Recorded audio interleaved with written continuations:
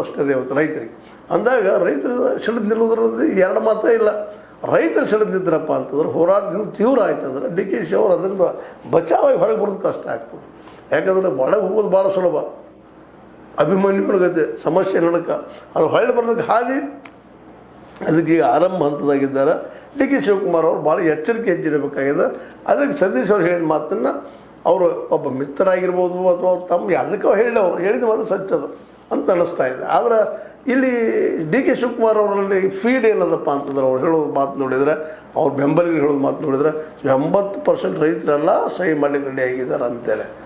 ಅದು ಎಲ್ಲಿ ಏನು ಅನ್ನೋದನ್ನು ಅವರು ಬಿಡಿಸಿ ಹೇಳಬೇಕಾಗ್ತದೆ. ನಮಗಂತೂ ಗೊತ್ತಿಲ್ಲದ ವಿಷಯ. ಮೊದಲು ಜನರ ಇವತ್ತು ಸರ್ವೆಗಳು ನೋಡಿದಾಗ, ಬೇರೆ ಬೇರೆ ಮೀಡಿಯಾಗಳಲ್ಲಿ ನೋಡಿದಾಗ ನಿಶ್ಚಿತವಾಗಿ ನಮಗೆ ಅನ್ನಿಸ್ತಾ ಇದೆ ಅಲ್ಲಿ ರೈತರು ಅಷ್ಟು ಸುಲಭವಾಗಿ ಈ ಭೂಮಿಯನ್ನು ಬಿಟ್ಟುಕೊಳ್ಳಲಿಕ್ಕಿಲ್ಲ.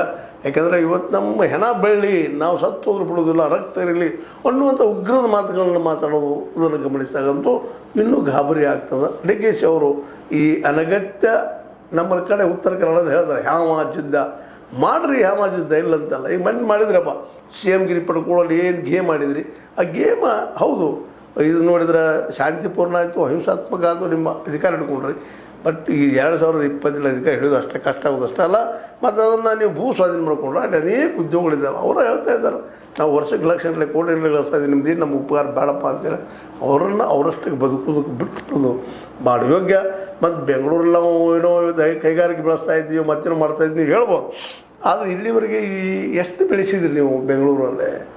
ನಿಜವಾಗಿಯೂ ಬೆಂಗಳೂರಲ್ಲಿ ರೋಡ್ ಇಂಪ್ರೂವ್ ಆಗಿರ್ಬೋದು, ಮತ್ತೇನೋ ಇರ್ಬೋದು, ಇದ್ದು ಉದ್ಯೋಗ ಕಡಿಮೆ ಆಗ್ತಾ ಇದ್ದಾವೆ ನಿಮ್ಗೆ ಗೊತ್ತದ. ಸ್ಮಾಲ್ ಸ್ಕೇಲ್ ಇಂಡಸ್ಟ್ರಿ ಆಗಿರ್ಬೋದು, MSMEಗಳಾಗಿರ್ಬೋದು ಎಲ್ಲ ಬಿದ್ದು ಹೋಗ್ತಾ ಇದ್ದಾವತ್ತು ಗೊತ್ತದ. ಇಂಥ ಪ್ರಸಂಗದಲ್ಲಿ ನಮ್ಮ ಉದ್ಯೋಗಗಳು ತಾವು ಉದ್ಯೋಗಗಳು ಮಾಡಿಕೊಂಡು ಆದಷ್ಟು ನಿಮ್ಮ ಮೇಲೆ ಭಾರ ಆಗದಂಗೆ ತಮ್ಮ ಬದುಕು ಕಳ್ಕೊಂಡಿದ್ದಾರೆ ಬಿಡದಿ ಏರಿಯಾದಲ್ಲ. ಅವರನ್ನು ಅವರಷ್ಟು ಬದುಕೋದಕ್ಕೆ ಬಿಡೋದು ಭಾಳ ಯೋಗ್ಯನೋ ಅನ್ನಿಸ್ತದೆ. ಇನ್ನು ಡಿಸಿಷನ್ ಅವ್ರಿಗೆ ಬಿಟ್ಟಂಥದ್ದು. ಆದರೆ ರೈತರು ಮಾತ್ರ ಅದ್ರ ಜೊತೆಗೆ ಇನ್ನೂ ರಾಜ್ಯದ ರೈತರು ಸಹಿತ ಅಲ್ಲಿ ಬರುವಂಥ ಎಲ್ಲ ಸಾಧ್ಯದ. ಜೊತೆಗೆ ಮತ್ತು ಈ ಅವಕಾಶವನ್ನು ಯಾಕೆ ಬಿಟ್ಟು ಕೊಡ್ತಾರೆ ವಿರೋಧ ಪಕ್ಷದವರು, ಅವರು ಇದ್ರ ಬೆನಿಫಿಟ್ ತೊಗೊಳ್ಳುವಂಥದ್ದು. ಹೌದು ಇವತ್ತು ನೀವು ಹೇಳ್ಬೋದು ನೀವು ಮಾಡಿದ್ದೀವಿ ಅದು ನಾವು ಮಾಡಾಕೊಟ್ಟಿನಿ ಅಂತೇಳಿ ಅವ್ರ ಮೇಲೆ ನೀವು ಹಾಕ್ಬೋದು. ಆದರೆ ಬಿಡೋರು ಅವರು ರೈತರು. ಮತ್ತು ಈಗಾಗಲೇ ಇವ್ರು ಮಾಡಿದರೂ ಸಹಿತ ಅವ್ರಿಗೆ ಭೂಮಿ ಬಿಟ್ಟು ಕೊಟ್ಟಿಲ್ಲ ರೈತರು.